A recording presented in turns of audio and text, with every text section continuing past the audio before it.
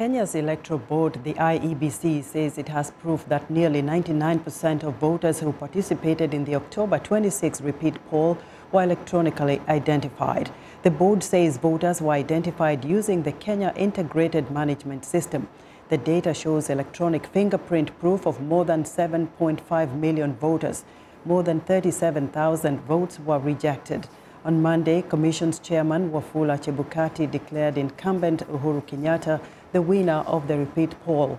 Opposition leader Raila Odinga, who withdrew from the race early last month, dismissed the repeat election as a sham. Odinga also announced he will establish a People's Assembly consisting of all parts of society, which would take part in the management of state affairs until a legitimate presidency is restored.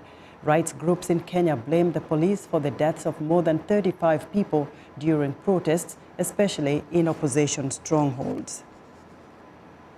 Now, joining us via Skype from Nairobi is Africa 54 Managing Editor Vincent Makori. Vincent, good evening. Are there any major political developments today in Nairobi? Well, at this moment, we are getting hints that the main opposition, NASA, might be announcing the beginning of demonstrations next week.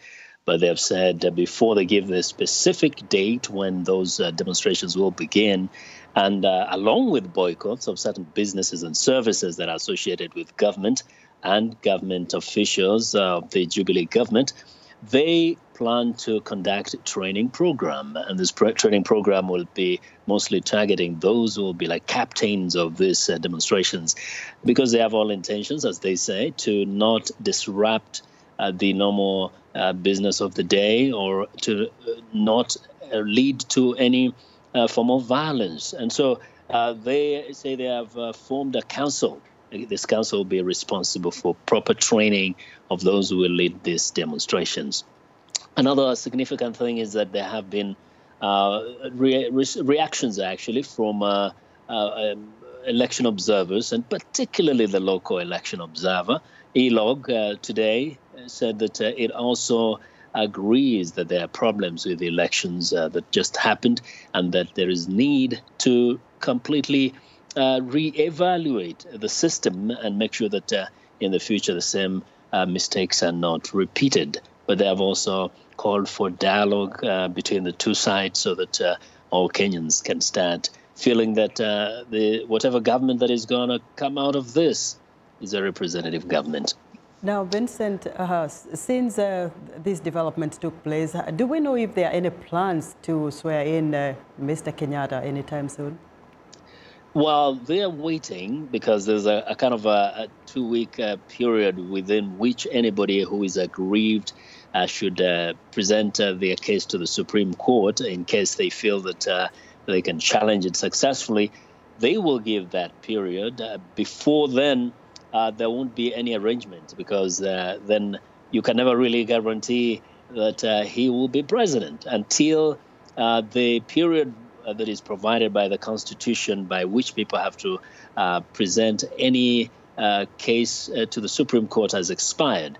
So at the moment, it's a wait and see. Actually, I was in touch with someone within the office of the Vice President. They told me they're just waiting until that time expires, which should be about 2 weeks from now. If there's nobody who's challenging this election, then they'll proceed to make arrangements for the inauguration of President Kenyatta. Otherwise, no protests today? No protests today, but we have to mention that the independent legal unit, which you just mentioned, has actually reiterated that 36 people were killed by the police.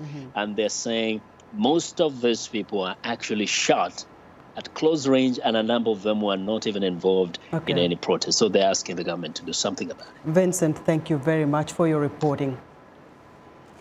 Thank you. Africa 54 Managing Editor Vincent Makori reporting live via Skype from Nairobi.